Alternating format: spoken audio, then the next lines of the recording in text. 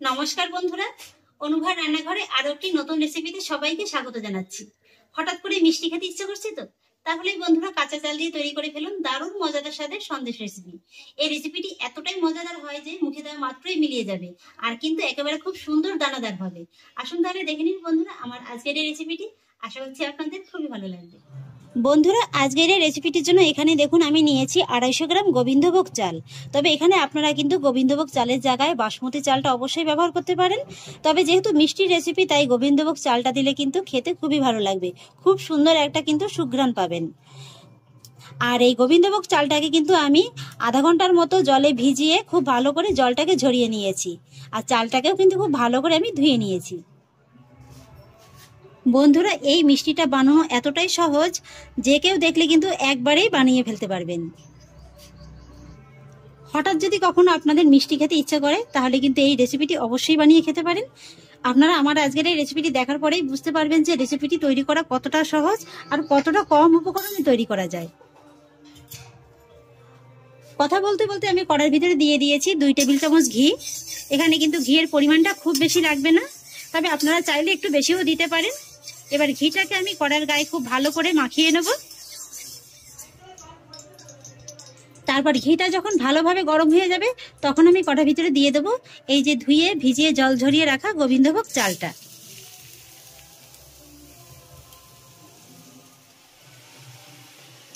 এবার মিডিয়াম লো আঁচে এইভাবে অনবরত নেড়েচেড়ে আমি চালটাকে খুব ভালো করে ভেজে নেব। মোটামুটি চালের গায়ে যেন ঘিটা খুব ভালোভাবে লেগে যায়, সেইভাবেই আপনারা বুঝে শুনে ঘিটা ব্যবহার করবেন। আর এখানে চালটা ভাজতে কিন্তু খুব বেশি সময় লাগবে না, এই যে 5 থেকে 7 মিনিটের ভিতরেই কিন্তু ভাজা হয়ে যাবে। এইভাবে ভাজা হলে কি হয়, দেখবেন যে মিষ্টিটার কালারটাও খুব সুন্দর আসে, আর এই মিষ্টিটা খেতেও কিন্তু খুবই ভালো লাগবে। ফিরে এলাম 5 থেকে 7 মিনিট বাদে। এই যে দেখুন বন্ধুরা, চালটাকে আমি কত সুন্দর একেবারে হালকা বাদামি করে ভেজে নিয়েছি। চালটাকে কিন্তু এর থেকে বেশি করে ভেজে নেওয়ার আর কোনো প্রয়োজন নেই। আর ঠিক এই সময় আপনারা কি করবেন, সঙ্গে সঙ্গে গ্যাসের ফ্লেমটাকে অফ করে দেবেন, আর তারপর এই গরম করার ভিতরেই চালটাকে আরো 2 মিনিটের মতো একটু নেড়ে চেড়ে নেবেন। তাহলে কি হবে, চালটা একেবারে পারফেক্ট ভাবে ভাজা হয়ে যাবে। এবার আবারও 2 মিনিট বাদে দেখিয়ে দিচ্ছি। এবার কিন্তু বন্ধুরা চালটা আমার একেবারে পারফেক্ট ভাবে ভাজা হয়ে গেছে। আর এবার আমি চালটিকে নামিয়ে নেব। চালটিকে নামিয়ে নিচ্ছি আমি, আর চালটিকে কিন্তু এবার খুব ভালো করে ঠান্ডা করে নিতে হবে। এদিকে চালটা ঠান্ডা হতে হতে চলুন আমি আপনাদের একটা ইনস্ট্যান্ট মাওয়া তৈরি করে দেখিয়ে দিচ্ছি। নিয়ে নিয়েছি একটি বাটি, বাটির ভিতরে নিয়ে নেব 1/4 কাপ গুঁড়ো দুধ। আর এই গুঁড়ো দুধের ভিতরে দিয়ে দেবো 1/2 টেবিল চামচ ঘি। সেই একই সঙ্গে দিয়ে দেবো 1/2 টেবিল চামচ গোলাপ জল। তবে আপনারা এখানে গোলাপ জলটাকে অপছন্দ করলে স্কিপ করে যেতে পারেন। তবে এই মিষ্টিটা যদি একটু গোলাপ জলের ছোঁয়া দেওয়া হয়, তাহলে কিন্তু মিষ্টিটার ভিতর থেকে সুন্দর একটা ফ্লেভার আসে, আর খেতেও কিন্তু খুবই ভালো লাগে। এবার আমি গুঁড়ো দুধটাকে এই সমস্ত উপকরণের সঙ্গে ভালো করে একবার মাখিয়ে নেব। এই যে বন্ধুরা, তৈরি হয়ে গেল আমার ইনস্ট্যান্ট মাওয়া। এবার আমি মাওয়াটিকে একটা সাইডে সরিয়ে রাখবো। এদিকে চালটাও খুব ভালোভাবে ঠান্ডা হয়ে গিয়েছে। আর এবার আমি নিয়ে নিয়েছি ছোট একটি মিক্সচার জার। জারের ভিতরে আমি অর্ধেকটার মতো চাল দিয়ে দেবো। একবারে তো পুরো চালটা যাবে না, তাই 2 বারে আমি গুঁড়ো করে নেব।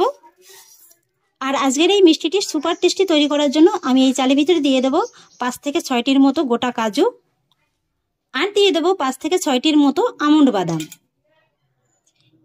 সেই একই সঙ্গে দিয়ে দেবো 10-15টির মতো পেস্তা বাদাম।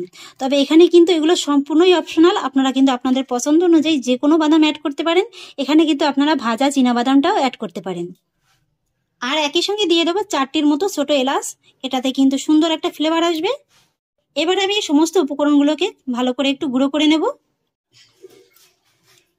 এই যে বন্ধুরা, চালটিকে আমি গুঁড়ো করে নিয়েছি। আর এই যে দেখুন, এই চালটি কিন্তু খুব বেশি মিহি গুঁড়ো হবে না, এইভাবে একটু হালকা দানা দানা থাকবে। আর চালের ভিতরে যদি এইভাবে একটু হালকা দানা দানা থাকে, সেক্ষেত্রে কিন্তু মিষ্টিটাও খুব সুন্দর দানাদার হবে। আর এই দানাদার মিষ্টিটা কিন্তু মুখে দেওয়া মাত্রই একেবারে মিলিয়ে যাবে, আর খেতেও কিন্তু খুবই সুন্দর লাগবে। এবার আমি চালের গুঁড়োটাকে অন্য একটি বোলে নামিয়ে নেব, আর একই রকম ভাবে বাকি চালটাকেও গুঁড়ো করে নেব। এবার বন্ধুরা গ্যাসের পরে আবারও কড়াইটিকে বসিয়ে দিয়েছি, আর কড়াইতে দিয়ে দেব 500 গ্রাম তরল দুধ। আর এবার দুধের ভিতরে দিয়ে দেবো সামান্য একটু লবণ, স্বাদের ব্যালেন্সটা ঠিক রাখার জন্য। তবে আপনারা লবণটা অপছন্দ করলে কিন্তু এখানে স্কিপ করে যেতে পারেন। এবার আমি মিডিয়াম হাই ফ্লেমে দুধে একটা বলক তুলে নেব। দুধের ভিতর দেখুন বন্ধুরা, আমি একটা বলক তুলে নিয়েছি। দুধটাকে কিন্তু আর এর থেকে বেশি পরিমাণে জাল করে নেওয়ার কোনো প্রয়োজন নেই। আর ঠিক এই পর্যায়ে আমি গ্যাসের ফ্লেমটাকে একেবারে লো করে দেব। আর তারপর আমি এর ভিতরে অ্যাড করব হাফ কাপ খেজুরের পাতলা গুড়টা। এবার আমি খেজুরের গুড়টাও এই দুধের সঙ্গে দিয়ে দেব। আর গুড়টা এবার আমি দুধের সঙ্গে একবার ভালো করে মিলিয়ে নেব। তবে এখানে মিষ্টির স্বাদটা কিন্তু সম্পূর্ণই আপনারা আপনাদের স্বাদ অনুযায়ী দেবেন। তবে হ্যাঁ, আর একটা কথা, এই মিষ্টিটা যদি আপনারা এরকম একটা সুন্দর কালার আনতে চান, সেক্ষেত্রে যদি আপনাদের হাতের কাছে খেজুরের গুড়টা না থাকে, সেক্ষেত্রে আপনারা কিন্তু চিনির ক্যারামেলটা তৈরি করেও মিষ্টিটা তৈরি করতে পারেন। খেজুরের গুড়টা দিয়েও আমি খুব ভালো করে মিশিয়ে নিয়েছি। আর এবার গ্যাসের ফ্লেমটাকে লো অবস্থাতে রেখেই এইভাবে চালের গুঁড়োটা অল্প অল্প করে দেব আর খুব ভালো করে সঙ্গে সঙ্গে মিশিয়ে নেব। এই কাজটা কিন্তু ঠিক এইভাবেই করতে হবে, তা নাহলে কিন্তু আবার চালের গুঁড়োটা দলা পেকে যাবে।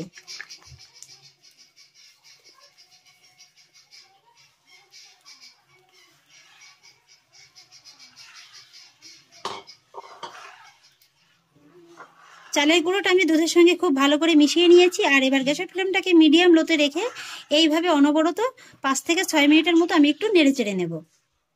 ফিরে এলাম 5 থেকে 6 মিনিট বাদে। এই যে দেখুন বন্ধুরা, মিষ্টির মিশ্রণটা কিন্তু অনেকটা ঘন হয়ে গেছে। যেহেতু এটা চালের গুঁড়ো দিয়ে তৈরি করা, তাই এটা কিন্তু ঘন হতে খুব বেশি সময় লাগবে না। আর বন্ধুরা, মিষ্টির স্বাদটা আমি একটু চেক করে দেখেছিলাম, পরে আবারও কিন্তু 1/4 কাপের মতো আমি গুড়টা ব্যবহার করেছি। আর ঠিক এই পর্যায়ে আমি এর ভিতরে দিয়ে দেবো আমি যে ইনস্ট্যান্ট মাওয়াটা তৈরি করে রেখেছিলাম, সেই মাওয়াটা। এবার মাওয়াটাকেও আমি এই মিশ্রণের সঙ্গে ভালো করে মিশিয়ে নেব। এখানে বন্ধুরা, আপনাদের হাতের কাছে যদি অরিজিনাল মাওয়াটা পাওয়া যায়, চেষ্টা করবেন সেটা দেওয়ার। সেটা দিলে কিন্তু খেতে আরো অনেক বেশি ভালো লাগবে। সেটা দিলে কি হবে, মুখে একটু সুন্দর দানা দানা বাজবে, খেতে খুবই ভালো লাগবে। এই মাওয়াটা কিন্তু খুব বেশি একেবারে যে মুখে দানা দানা বাজবে তা কিন্তু নয়। এবার মাওয়াটাকেও আমি খুব ভালো করে মিশিয়ে নেব। মাওয়াটাকেও মোটামুটি আমি ভালো করে মিশিয়ে নিয়েছি। আর এবার আমি এর ভিতরে অ্যাড করব আবারও 2 টেবিল চামচ ঘি। এইভাবে একটু শেষের দিকে ঘিটা দিলে কিন্তু ঘিয়ের সুন্দর একটা ফ্লেভার পাবেন। আর তাছাড়া এই যে মিশ্রণটা আছে না, এটা কিন্তু কড়ার গা থেকে খুব ভালোভাবে একেবারে ছেড়ে ছেড়ে যাবে।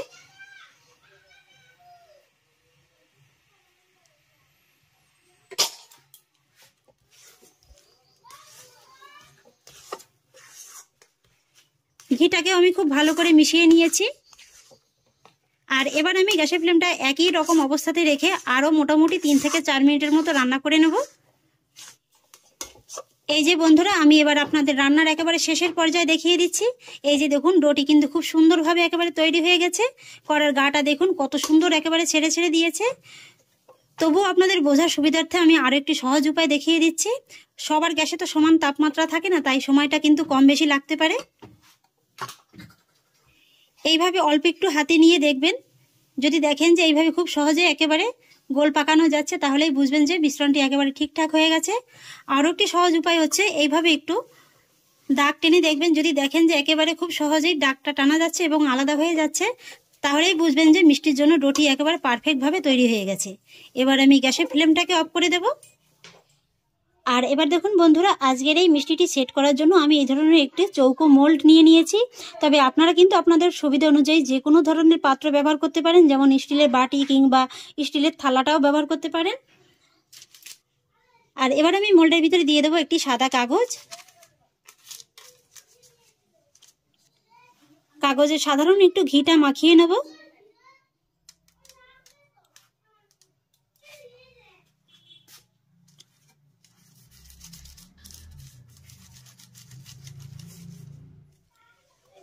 মোল্ডের গায়েও ভালো করে একটু ঘিটাকে লাগিয়ে নেব। আর তারপরে মিষ্টির মিশ্রণটি আমি মোল্ডের ভিতরে নিয়ে নেব।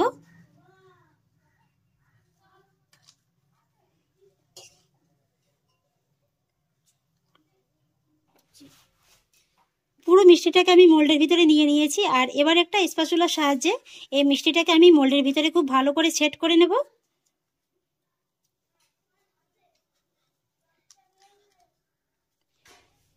মিষ্টিটাকে আমি মোল্ডের ভিতরে খুব সুন্দর করে সেট করে নিয়েছি। আর এবার এই মিষ্টিটা আপনারা নর্মাল ফ্রিজে 10 থেকে 15 মিনিটের মতো রেখেও ঠান্ডা করে নিতে পারেন, আবার নর্মাল হাওয়াতে রেখেও কিন্তু ঠান্ডা করে নিতে পারেন। সেক্ষেত্রে সময়টা একটু বেশি লাগবে, সেক্ষেত্রে 30 মিনিটের মতো রাখলেই কিন্তু হয়ে যাবে। ফিরে এলাম বন্ধুরা 15 মিনিট বাদে। এই যে দেখুন মিষ্টিটা কত সুন্দর একেবারে সেট হয়ে গেছে। এই যে দেখুন, এবার আমি মিষ্টিটাকে একটু ডিমোল্ড করে নেব, আর সেই জন্য একটি প্লেটের পরে এইভাবে রেখে মিষ্টিটাকে ডিমোল্ড করে নেব। এইভাবে রেখে হালকা করে একটু চাপ দিলেই দেখবেন মিষ্টিটা কত সহজ একেবারে পড়ে গেছে। এই যে দেখুন বন্ধুরা, মিষ্টিটা একেবারে কত সুন্দরভাবে পড়ে গেছে। এবার আমি মিষ্টিটাকে একটু সাইজ করে কেটে নেব।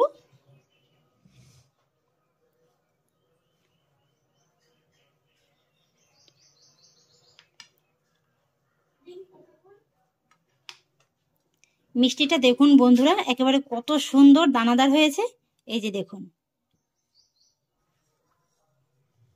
এবার শুধু এইভাবে একটু পিস পিস করে কেটে নিলেই হয়ে যাবে।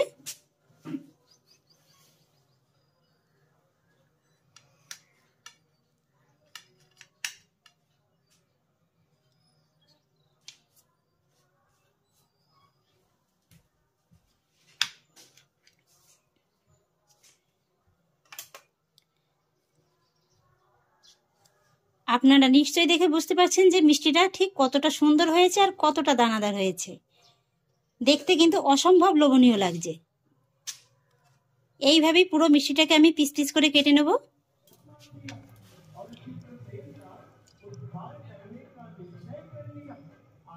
এই যে দেখুন বন্ধুরা, মিষ্টিটা কত সুন্দর একেবারে দানাদার হয়েছে। এই যে দেখুন,